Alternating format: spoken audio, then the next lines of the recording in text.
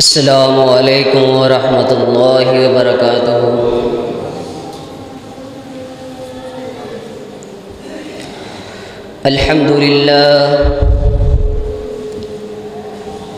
अल्हम्दुलिल्लाहि वकफ़ा वस्सलातु वस्सलामु अला मन ला नबिय्य बअदह।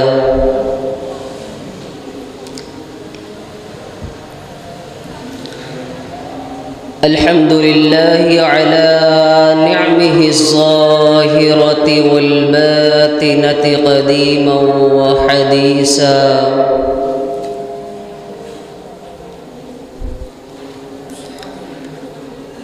वस्सलातु वस्सलामु अला रसूलिही व नबिय्यिही व बारिक वसल्लिम वसल्लि अलैहि।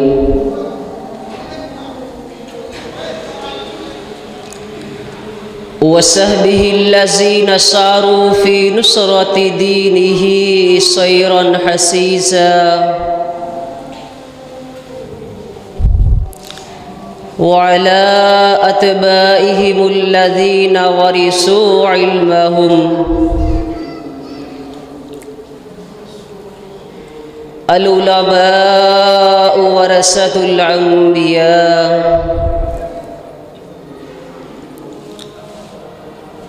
अल्लाहुम्मा सल्लि अला मुहम्मदिन व अला आलि मुहम्मद कमा सल्लैता अला इब्राहीम व अला आलि इब्राहीम इन्नका हमीदुम मजीद। अल्लाहुम्मा बारिक अला मुहम्मदिन व अला आलि मुहम्मद कमा बारकता अला इब्राहीम व अला आलि इब्राहीम इन्नका हमीदुम मजीद। क़ाल अल्लाहु तबारक व तआला फ़िल क़ुरआनिल हमीद वल फ़ुरक़ानिल हमीद। अम्मा बाद फ़अऊज़ु बिल्लाहिस समीउल अलीम मिनश शैतानिर रजीम। बिस्मिल्लाहिर रहमानिर रहीम।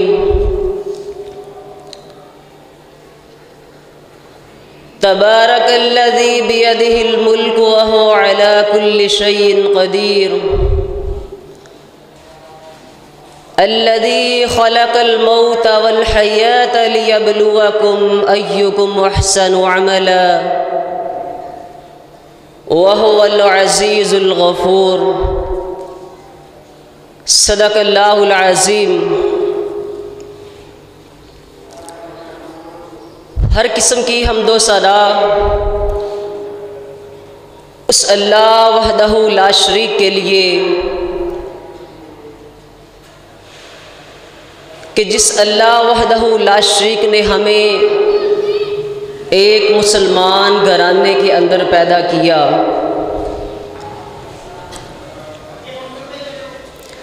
यहाँ तक बस नहीं की बल्कि उस अल्लाह वहदहू ला शरीक के हम पे निहायती एहसान हैं। अगर मैं आज उस अल्लाह जल्ला जलालुहू के एहसानात आपके सामने बयान करना शुरू कर दूँ, मेरा ये दावा है, मेरा ये ईमान है कि ज़िंदगी तो ख़त्म हो सकती है पर उस अल्लाह वहदहू ला शरीक के हम पे किए गए एहसानात ख़त्म हो सकते नहीं, ख़त्म हो सकते। उस अल्लाह का ये एहसान कि उस अल्लाह वहदहू ला शरीक ने हमें एक मुसलमान घराने के अंदर पैदा किया। यहाँ तक बस नहीं की बल्कि उस अल्लाह वहदहू ला शरीक का दूसरा एहसान कौन सा है?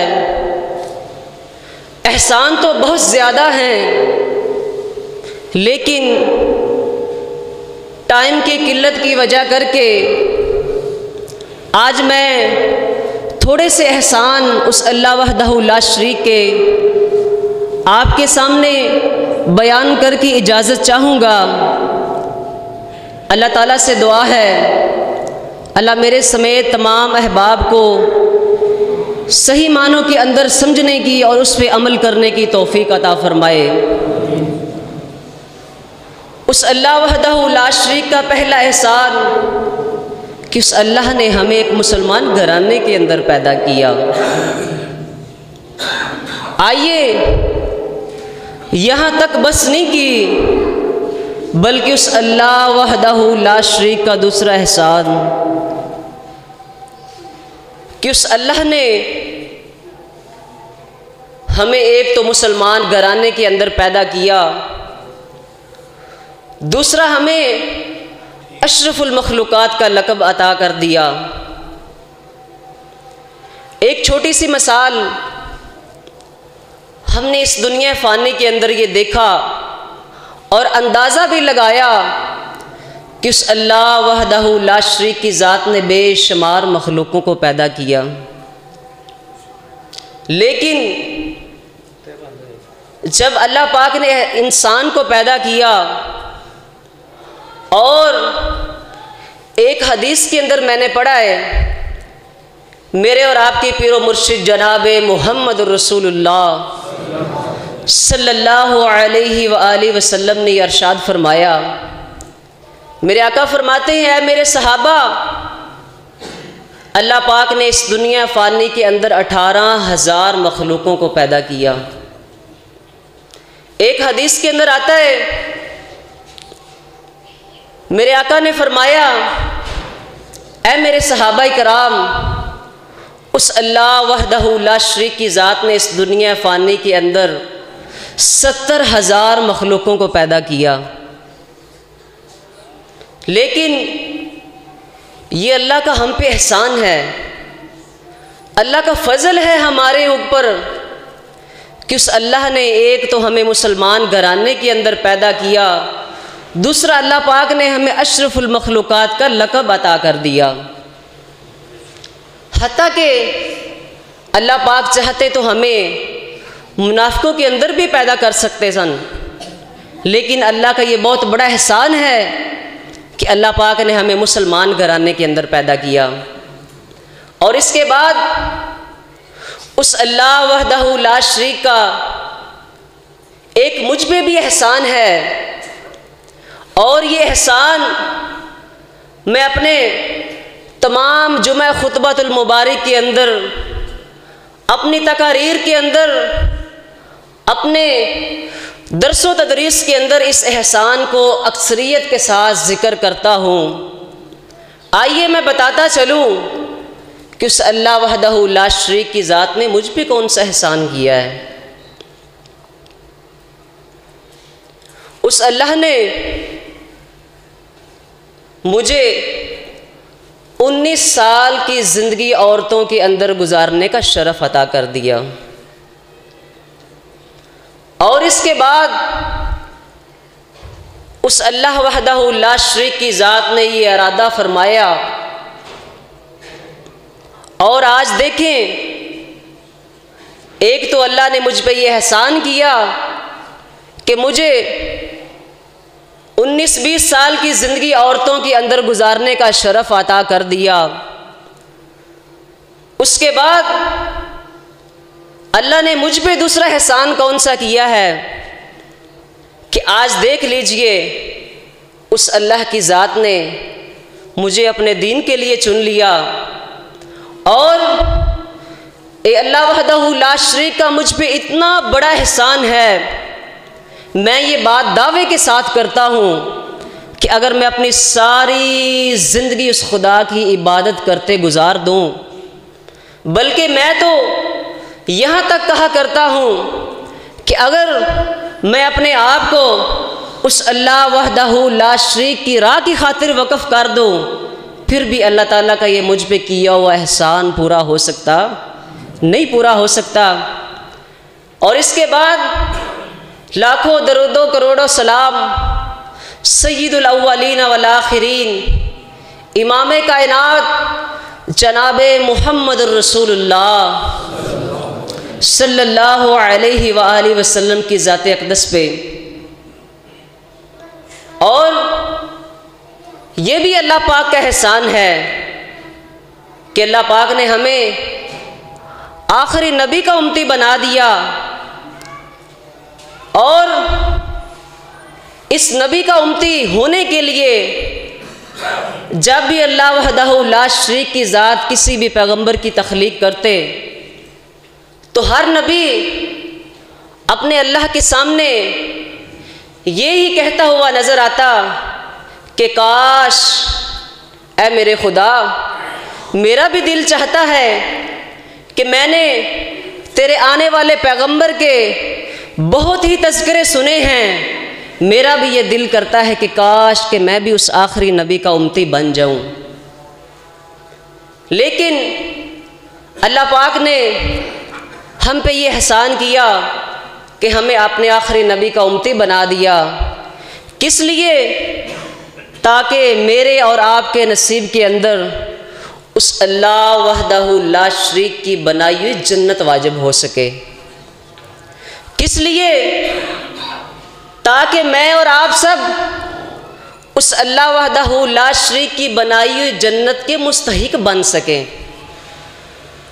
और उसके बाद मैंने जो आयत मुबारक आपके सामने तलावत फरमाई, इस आयत के अंदर उस अल्लाह वहदहू ला शरीक की ज़ात ने इरशाद फरमाया कि तबारकल्लज़ी बियदिहिल मुल्कु व हुवा अला कुल्लि शैइन क़दीर। इस आयत के अंदर उस अल्लाह वहदहू ला शरीक की ज़ात ने ये वाज़िया फरमा दिया कि इस दुनिया फ़ानी के ऊपर तमाम चीज़ों का इख्तियार मेरी मुट्ठी के अंदर है। मैं जिसे चाहूँ बेटियां अता करूँ, जिसे चाहूँ बेटे अता करूँ, जिसे चाहूँ मैं बादशाह बना दूँ, जिसे चाहूँ मैं फ़कीर बना दूँ।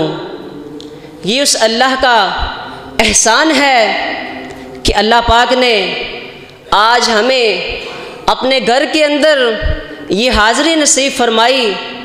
और अल्लाह पाक से दुआ है कि आज जिस तरह हम इस घर के अंदर तशरीफ़ फरमा हैं, अल्लाह पाक के घर के अंदर तशरीफ़ फरमा हैं, अल्लाह पाक इसी तरह कल क़यामत वाले दिन जन्नत के अंदर हमारा साथ बैठना नसीब फरमा दे। आमीन। और इसके बाद मैं आज आपके सामने कुरान और हदीस के हवाले के साथ साथ कुछ बातें अर्ज़ करूँगा। अल्लाह ताला से दुआ है कि जो कुछ मैं बयान करूँ, अल्लाह मेरे समेत आप सबको सही मानों के अंदर सुनने की और समझने की और उसके ऊपर अमल करने की तौफीक अता फरमाए। अल्लाह पाक ने अपने कुरान के अंदर ये वाज़ेह ऐलान फरमा दिया कि बहुत ही बरकत वाली वो ज़ात है कि जिसने तमाम इंसानों को पैदा किया, तमाम रूह ज़मीन को तख्लीक किया और तख्लीक करने के बाद उस अल्लाह तबारक व तआला ने इस दुनिया के अंदर अपने बेशुमार पैगंबरों को मबूस फरमाया। और उसके बाद उन पैगंबरों की उस अल्लाह वहदहू ला शरीक की ज़ात ने ये ड्यूटी लगा दी। और ड्यूटी क्या लगाई कि अल्लाह पाक ने हर पैगंबर को ये कहा कि ऐ मेरे आने वाले पैगंबर, आपको फ़लाँ उम्मत की तरफ पैगंबर बना करके भेजा गया है और आपको फ़लाँ उम्मत की तरफ पैगंबर बना करके भेजा गया है। यानी अल्लाह पाक ने तमाम पैगंबरों को मबूस करने के बाद उन पैगंबरों की ड्यूटियाँ लगाना शुरू कर दी। और इसके बाद आइए मैं आपके सामने जो कारी साहब ने मुझे मौजू दिया है, ये कारी नवाज सीमा साहब की मोहब्बत है जो आज मैं अल्हम्दुलिल्लाह इतना सफ़र करके आया हूँ। ये कारी साहब की बहुत ही मोहब्बत है मेरे साथ और कारी साहब की शफ़क़त है कि उन्होंने मुझे आपके इस मरकज़ के अंदर बुलाया और कारी साहब ने मुझे ये कहा कि आपने मेरे मरकज़ के अंदर ये लोगों को बता करके जाना है, लोगों को कुरान और हदीस की रोशनी के अंदर ये आपने बताना है कि मैं कुदरत इलाही के साथ लड़की से लड़का कैसे बना। आइए अपने मौजू की तरफ आते हैं। इस दुनिया फ़ानी के अंदर इस किस्म की बेशुमार हमें मसाले मिलती हैं। सबसे पहले देख लीजिए कि उस अल्लाह वहदहू ला शरीक की ज़ात ने हज़रत आदम अलैहिस्सलातु वस्सलाम को मबूस फरमाया, पैदा किया और पैदा करने के बाद अल्लाह तबारक व तआला ने उन्हीं के अंदर से जनाबे अम्मा जी हवा को पैदा किया। लेकिन हम इस चीज़ का अंदाज़ा नहीं लगा सकते। हमने कहा जी ठीक है, अल्लाह ताला ने पैदा कर दिया, बस ठीक हो गया। और इसके बाद देखिए हमारी ज़िंदगी के अंदर कुरान और हदीस की रोशनी के अंदर हमें बेशुमार मसाले मिलती हैं। एक तो अल्लाह पाक ने सय्यिदना जनाबे हज़रत आदम अलैहिस्सलातु वस्सलाम को बग़ैर माँ बाप के पैदा किया। उसके बाद मैं थोड़ी थोड़ी मसाले आपके सामने रखता जाता हूँ, फिर इंशाअल्लाह मैं अपने मौजू की तरफ आऊँगा कि अल्लाह ताला ने मुझे लड़की से लड़का कैसे बनाया और इस्लाम के अंदर इसकी शरई हैसियत क्या है। मैं इंशाअल्लाह तमाम बातें आप अहबाब के सामने गुजारिश करके इजाज़त चाहूँगा।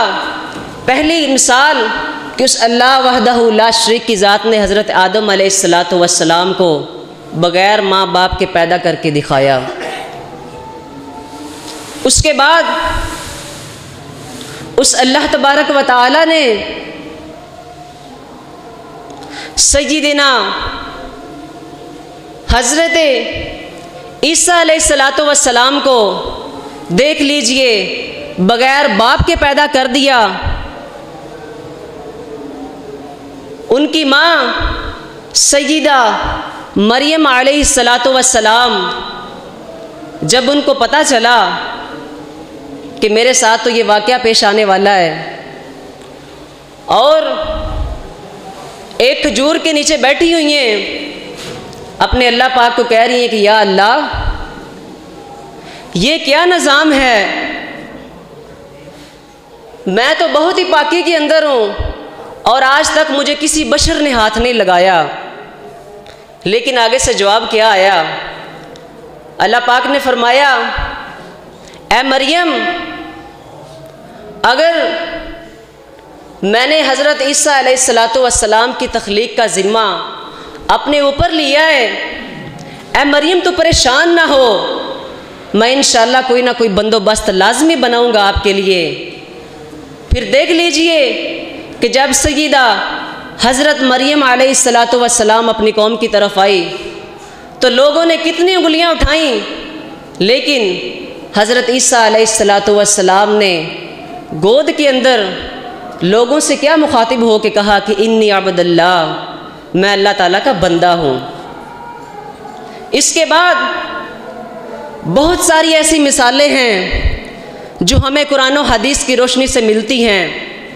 सय्यिदना जनाबे सालेह अलैहिस्सलातु वस्सलाम को देख लीजिए, अल्लाह पाक ने उनकी ऊँटनी को एक पहाड़ के अंदर से पैदा करके दिखा दिया। अकल हैरान हो जाती है, इंसान परेशान हो जाता है अल्लाह ताला की निशानियां देख करके। लेकिन आज हमारे क्या हालात बन चुके हैं।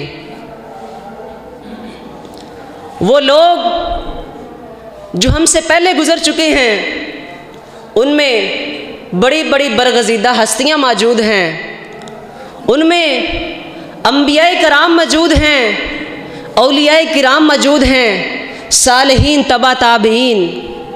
उन्होंने अल्लाह ताला को पहचानने के लिए क्या किया, सबसे पहले अल्लाह ताला की निशानियों को परखा। आइए जनाबे हज़रत इब्राहीम अलैहिस्सलातु वस्सलाम कौम चांद की पूजा कर रही है। जब हज़रत इब्राहीम अलैहिस्सलातु वस्सलाम ने ये देखा कि अल्लाह पाक ने तो मुझे पैगंबर बना के भेजा है और ये कौम इन्होंने अल्लाह ताला को छोड़ के बुतों की पूजा शुरू कर दी है, ये चांद को मानने लग पड़े हैं। लेकिन अल्लाह ताला ने लेकिन हज़रत इब्राहीम अलैहिस्सलातु वस्सलाम ने क्या किया? अल्लाह ताला को पहचानने के लिए सबसे पहले अल्लाह ताला की निशानियों पे गौर व फिक्र करना शुरू कर दिया। कैसे उन्होंने गौर व फिक्र शुरू किया? हत्ता कि उनको जद्दुल अंबिया बोला जाता है ना, लेकिन उन्होंने अल्लाह ताला को पहचानने के लिए, अल्लाह ताला की पहचान रखने के लिए अल्लाह ताला की निशानियों को कैसे परखा।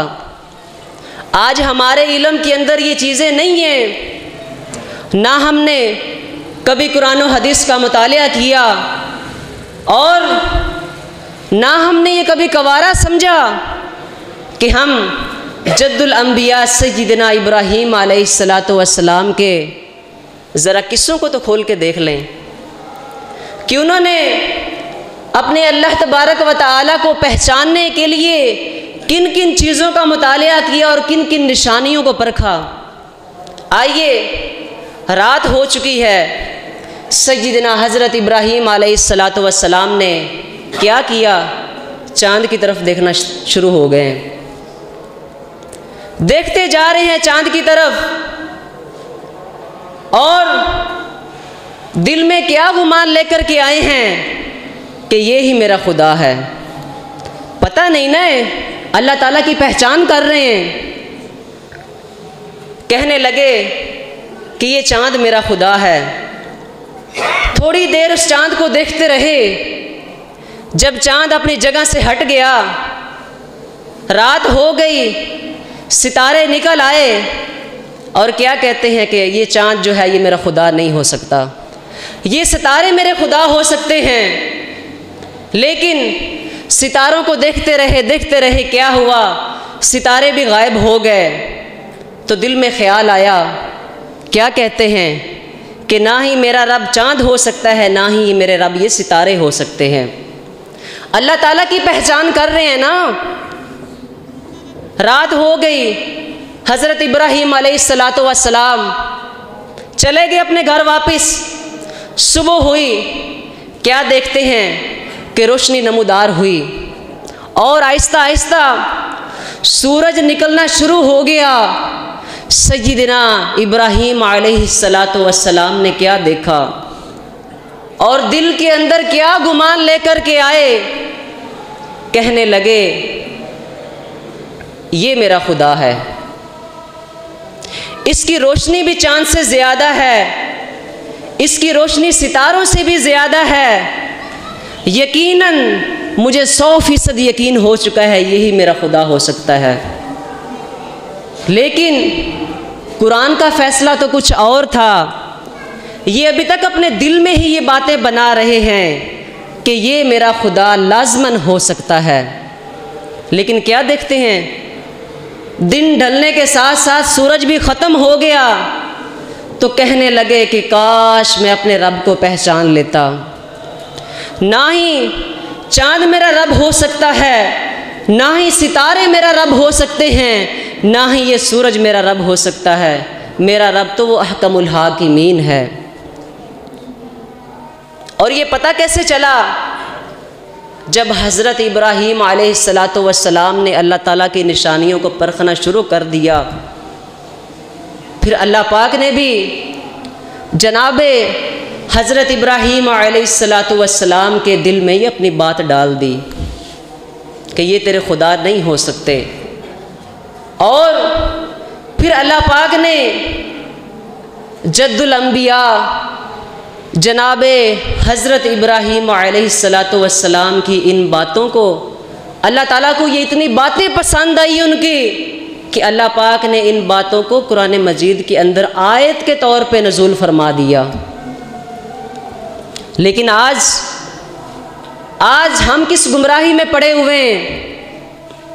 अगर इस दुनिया फ़ानी के अंदर कुछ ऐसी चीज़ का हम मुज़ाहिरा करते हैं और हकीकतन वो चीज़ भी हकीकत होती है, लेकिन हमारे दिमाग के अंदर बेशुमार वसवसे आने शुरू हो जाते हैं। हत्ता कि अल्लाह पाक ने अपने कुरान के अंदर अपनी बेशुमार आयतों के अंदर ये वाज़े ऐलान फरमा दिया कि बाबरकत है वो ज़ात जिसके हाथ में कुल कायनात का निज़ाम है। और इन चीज़ों को परखने के लिए, इन चीज़ों को समझने के लिए सबसे पहले हमने क्या करना है? अपने अल्लाह की पहचान करने के लिए हमने आज के दौर के अंदर क्या करना है? क्योंकि वो तो अंबियाए किराम थे, उनकी तो हर बात के ऊपर कुरान मजीद का नज़ूल हो जाया करता था।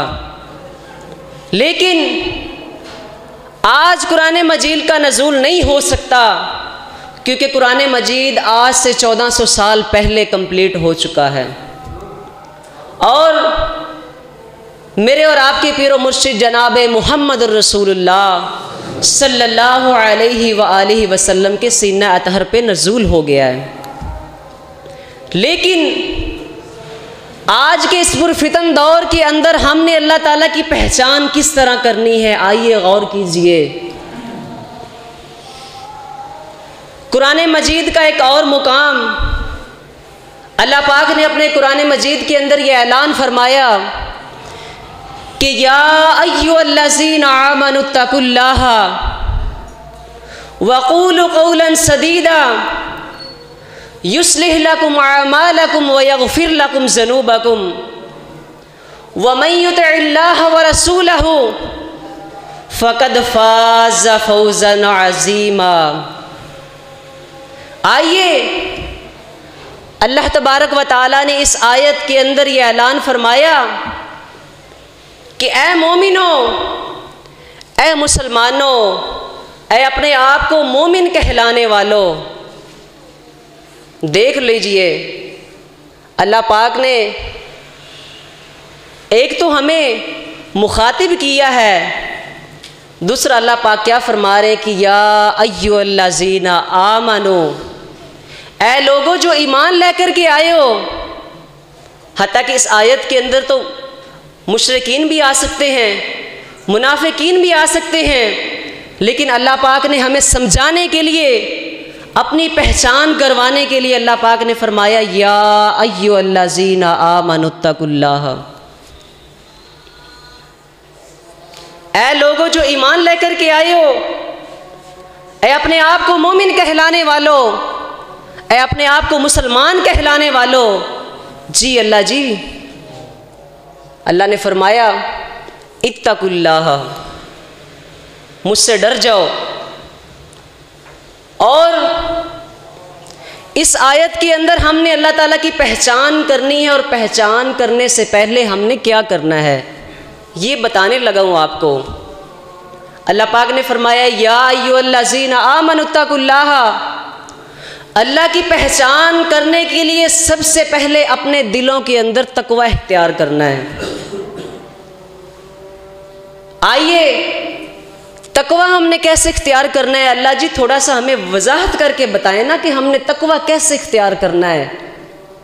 अपने दिल के अंदर अल्लाह पाक तेरा डर कैसे पैदा करना है? अल्लाह ताला ने फरमाया या अय्युहल्लज़ीना आमनुत्तकुल्लाह वक़ूलु क़ौलन सदीदा, जो भी बात कहो सीधी सीधी कहो, साफ कहो, अपने अमालों की इस्लाह करो। कैसे इस्लाह करेंगे? कैसे अल्लाह को पहचानेंगे? हमें कैसे पता चलेगा कि ये दुनिया, तमाम दुनिया कायनात का निज़ाम अल्लाह पाक चला रहे हैं? हमें कैसे पता चलेगा? हमें पहचान करने के लिए कुरान मजीद का मुतालिया करना पड़ेगा।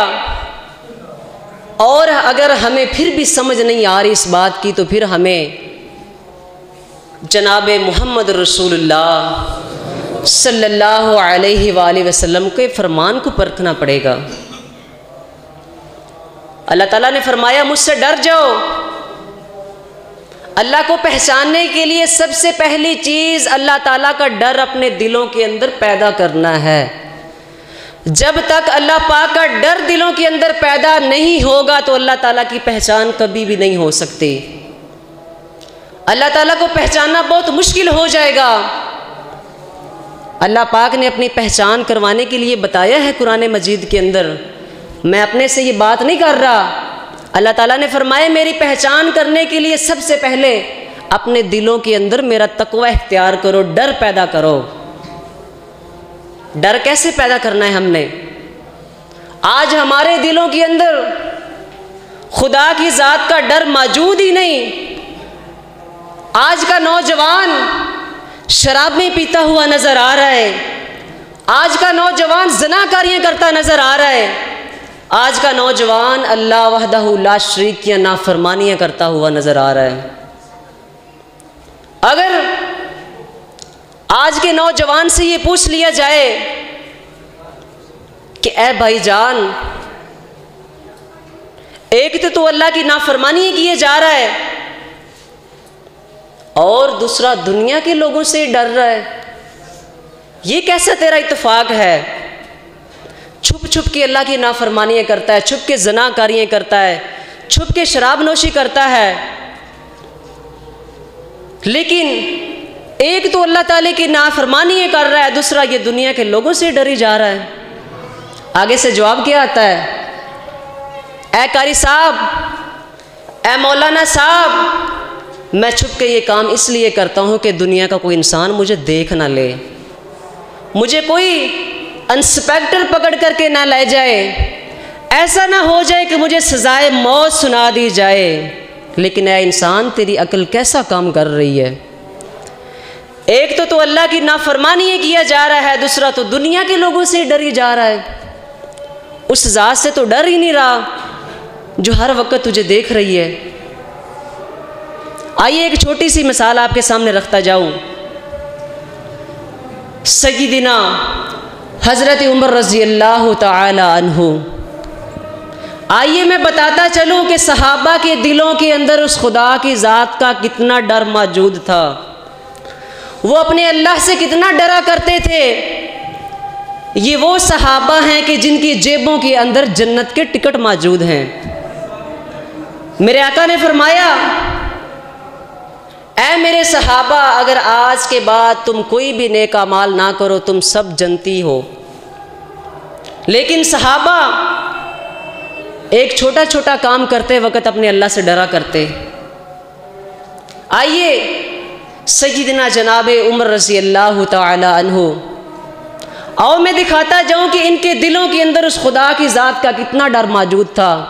ये अपने अल्लाह से कितना डरा करते थे, इनके दिल के अंदर उस खुदा की ज़ात का कितना तकवा मौजूद था।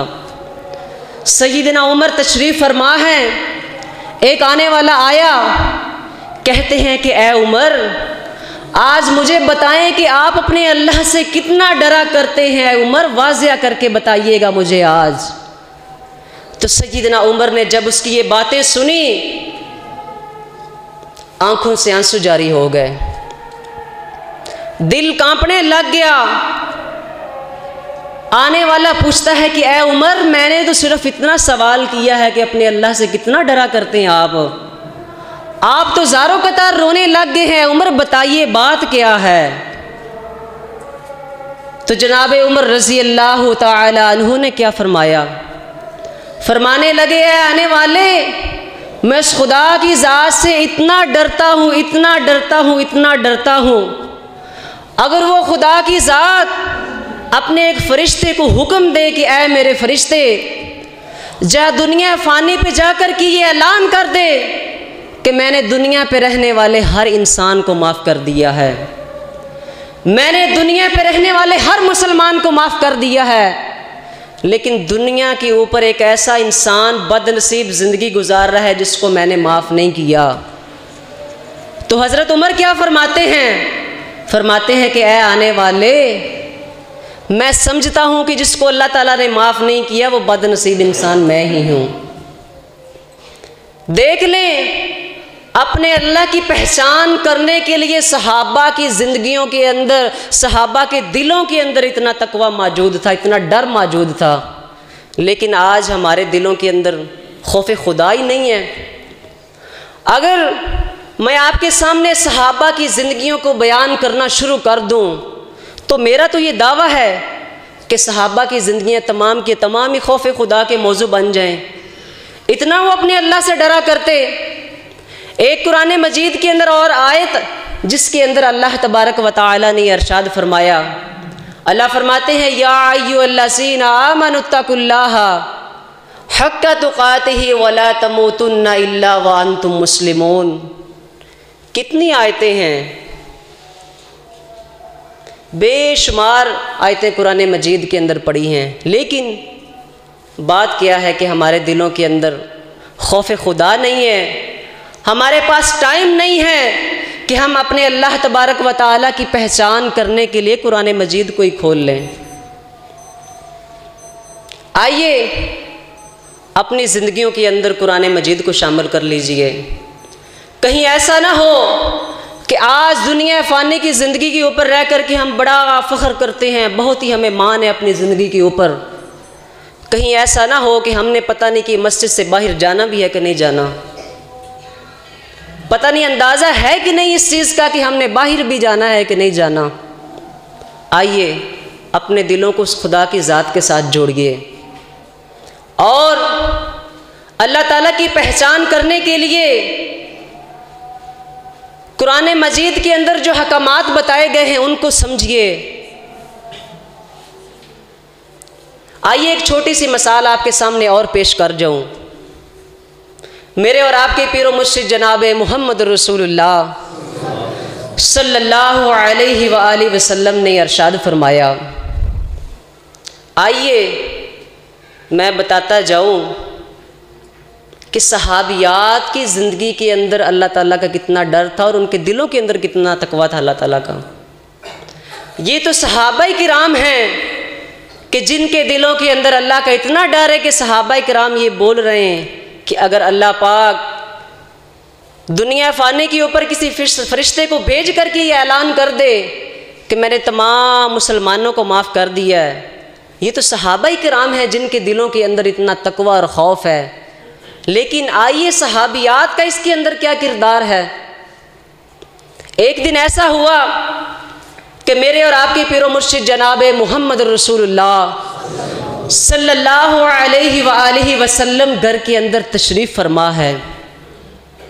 मेरे आका ने क्या देखा कि सैयदा आयशा सदीक़ा रज़ी अल्लाह तआला अन्हा ज़ारों का तार रो रही हैं। मेरे आका फरमाते हैं, माँ युबकी की या आयशा, ऐ आयशा बताओ क्यों इतना रो रही हैं आप। ऐ आयशा, मैंने अपनी ज़िंदगी पूरी के अंदर आपको इतना रोते हुए नहीं देखा। ऐ आयशा बताओ ना आज इतना क्यों आप रो रही हैं। तो हज़रत आयशा रज़ी अल्लाह तआला अन्हा ने की फरमाया। हज़रत आयशा फरमाती हैं, अल्लाह के हबीब,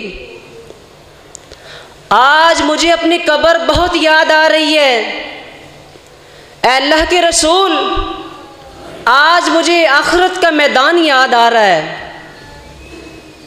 देख लें, सैयद आयशा सदीक़ा रज़ी अल्लाह तआला अन्हा हो करके अपने अल्लाह से इतना डर रही हैं, लेकिन आज हमारे दिलों के अंदर डर मौजूद ही नहीं।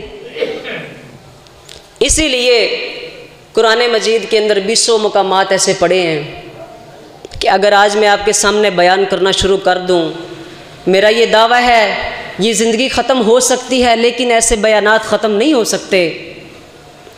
आइए उस अल्लाह वहदहू ला शरीक का ये एहसान है कि उस अल्लाह ने मुझे आज आपके सामने ला करके खड़ा कर दिया। बातें तो कहने को बहुत ज़्यादा हैं, लेकिन टाइम की किल्लत की वजह करके मैं कुछ अपनी तरफ से कुछ बातें अर्ज़ करके इजाज़त चाहूँगा। इंशाअल्लाह फिर कभी मौका मिला तो किसी मौजू पे, किसी उन्वान पे फिर इंशाअल्लाह तबसरे हम करेंगे। लेकिन उस अल्लाह वहदहू ला शरीक का ये एहसान है मुझ पे कि उस अल्लाह ने मुझे 19-20 साल की ज़िंदगी औरतों के अंदर गुजारने का शरफ़ अता किया, और उसके बाद उस अल्लाह ने चाहा कि मुझसे अदना से तालब इल्म से अपने दीन का काम लिया जाए। लेकिन ये कैसे हो सकता है? ये तो उस खुदा की ज़ात को मालूम है कि ये सारा कुछ कैसे हो सकता है। लेकिन आज इस दुनिया फ़ानी के अंदर ये समझना मुश्किल हो चुका है, ये सोचना मुश्किल हो चुका है। आज हमारे जहनों के अंदर बेशुमार वसवसे आते हैं, अकल हमें सोचने पे मजबूर कर देती है कि ये कैसे हो सकता है। और मैंने शुरू के अंदर उस अल्लाह वहदहू ला शरीक की ज़ात के बारे में ये गुमान किया कि अल्लाह पाक ने तो अपने कुरान मजीद के अंदर ये ऐलान फरमा दिया कि तबारकल्लज़ी बियदिहिल मुल्क व हुवा अला कुल्लि शैइन कदीर, कि इस दुनिया में जो भी निज़ाम चल रहा है, जो कुछ भी हो रहा है, सब के ऊपर उस अल्लाह की ज़ात कादिर है, कादिर मुतलक है। आइए 2 साल पहले की बात है कि अचानक ऐसा सिलसिला हुआ, मसाने के अंदर दर्द होनी स्टार्ट हो गई। पता नहीं चल रहा था कि ये किस किस्म की दर्द है, लेकिन हमें ये मालूम भी नहीं था कि खुदावंद को तो कुछ और ही मंजूर है। ये मैं इसीलिए बयान कर रहा हूँ कि आपके जहनों के अंदर जो शुबहात हैं, जो मसले मसाइल हैं, मुझे पता है माशाल्लाह काफ़ी अवाम तशरीफ़ फरमा है। मेरे साथी हजरात, दोस्त अहबाब पता नहीं कहाँ कहाँ से तशरीफ़ ला कर के आए हैं। आज मैं आपके दिलों के अंदर जो वसविसा है, शुबहात हैं, उनका अजाला करना चाहता हूँ। मेरे बारे में लोगों ने बहुत सी बातें सोची होंगी, बहुत से ख्यालात का मुजाहिरा किया होगा, लेकिन आइए, शायद कि आपको कारी नवाज चीमा साहब की बातों पे ये अंदाज़ा नहीं हुआ होगा, यकीन नहीं हुआ होगा। आइए आज मैं मिंबरे रसूल पे खड़ा हो के ये बात कर जाऊँ कि आज मैं अल्हम्दुलिल्लाह आपको ये अंदाज़ा करवाने ही आया हूँ कि आइए देखिए अल्लाह ताला की कुदरत कितनी वसी है। अल्लाह पाक की कुदरत, उस अल्लाह तबारक व तआला की ज़ात ने ये मुझ पे एहसान किया कि अचानक ऐसा हुआ, मसाने के अंदर दर्द होनी शुरू हो गई। पता नहीं था चल रहा कि ये क्या मसला है। उस अल्लाह तबारक व तआला ने फिर ऐसा निज़ाम बनाया, ऐसा निज़ाम बनाया, ऐसा निज़ाम बनाया कि बहुत सी मेडिसिन इस्तेमाल की, लेकिन फ़र्क महसूस नहीं हुआ।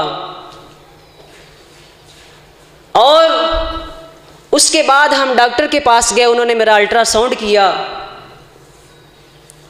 और डॉक्टर साहब ने वालिद साहब को ये बताया, क्योंकि शुरू से ही हमारे घर का कुछ माहौल दीनी सा माहौल है,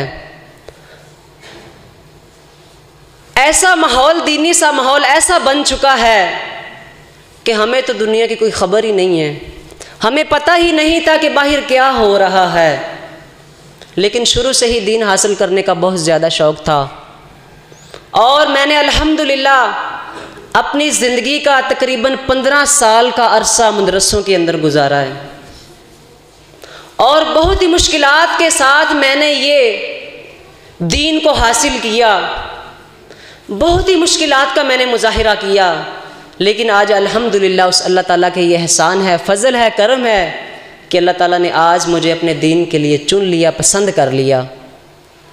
डॉक्टरों ने वाले साहब को कहा कि जनाब देखने को तो ज़ाहरी तौर पे तो आपकी बेटी लग रही है, लेकिन हम ये रिपोर्ट के अंदर देख रहे हैं, रिपोर्टें मुकम्मल बेटे की आ रही हैं, ये कैसे मुमकिन हो सकता है?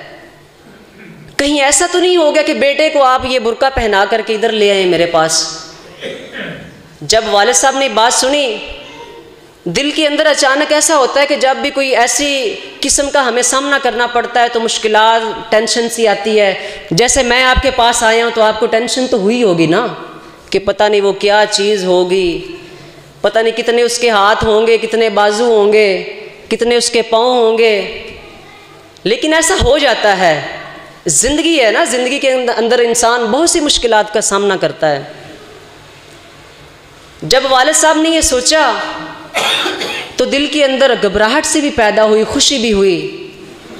लेकिन उसके बाद मैं मुख्तसर से बात करके इजाज़त चाहूँगा, टाइम भी माशाल्लाह ज़्यादा हो चुका है। डॉक्टर साहब ने कहा कि आप इसे अलाइड हॉस्पिटल ले जाएं और जितनी जल्दी हो सकता है इसे ले जाएं, कहीं ये ना हो कि ज़िंदगी और मौत का फैसला ही बन जाए।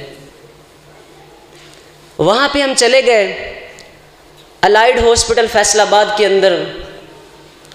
वहाँ पे डॉक्टर हजरात ने काफ़ी ज़्यादा रिपोर्टें वगैरह की, क्योंकि एक गरीब फैमिली से ताल्लुक़ रखने वाला था शुरू से ही।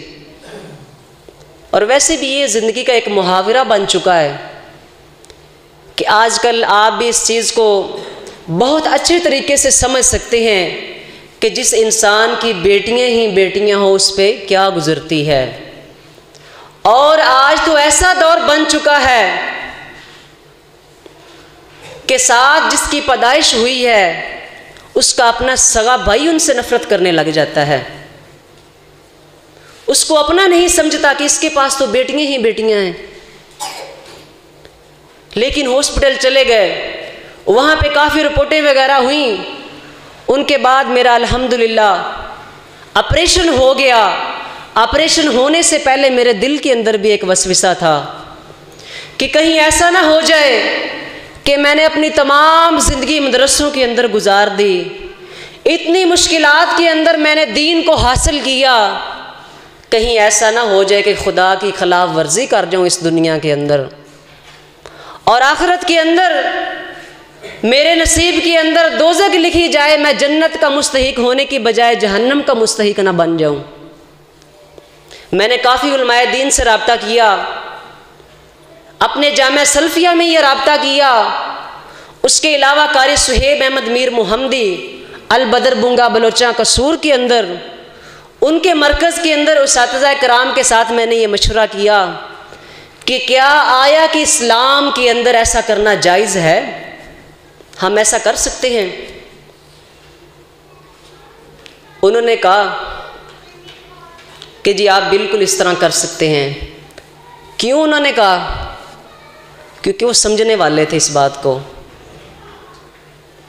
आज हमारे अंदर भी बेशुमार उलमाए दीन मौजूद हैं इस टाइम।